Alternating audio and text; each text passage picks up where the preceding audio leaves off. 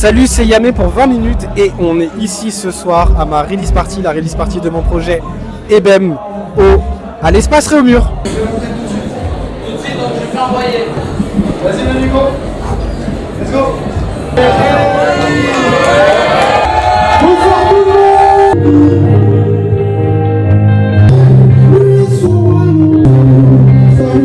monde. Qu'est-ce que ça te fait de produire EBEM pour la première fois devant un public? C'est dur. C'est dur parce qu'on n'a pas l'habitude déjà des sons en live. C'est vraiment la première fois qu'on les fait. Et j'ai même pas eu le temps de faire des répètes pour te dire.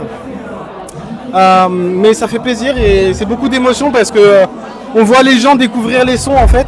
Il y a mes proches, il y a ma famille et aussi des gens que je connais pas. Mais dans le regard de tout le monde, tu vois un peu c'est une manière de tester ces sons pour la première fois. Tu sais. Il y a un peu de stress, ouais, mais beaucoup d'excitation.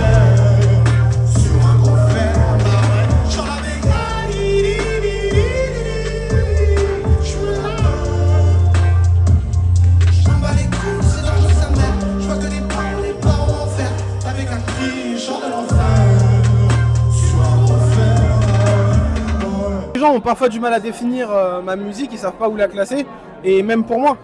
C'est-à-dire que moi parfois je préfère dire bizarre parce que j'arrive pas à dire ce que c'est. Après ça va, c'est pas non plus... mais je pense que j'aime bien ce terme parce qu'il définit sans trop définir. Et c'est vrai que ma musique elle est un petit peu comme ça. Elle est, on l'entend, on l'écoute, on peut l'apprécier et on a du mal à savoir et la définir, à savoir la placer.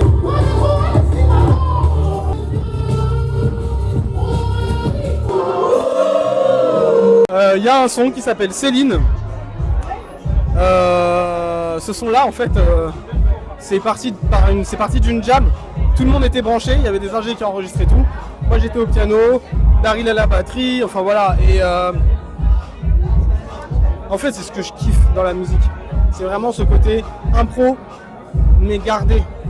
Parce que dans le côté impro, il y a une espèce d'innocence qui est super importante, en fait, dans la manière de jouer, dans l'expression et tout. C'est comme la première prise, c'est toujours la bonne. Alors en impro, je peux te jurer, il n'y a que des premières prises. Alors c'est vrai que ce son-là, je suis très content parce que il me définit vraiment bien.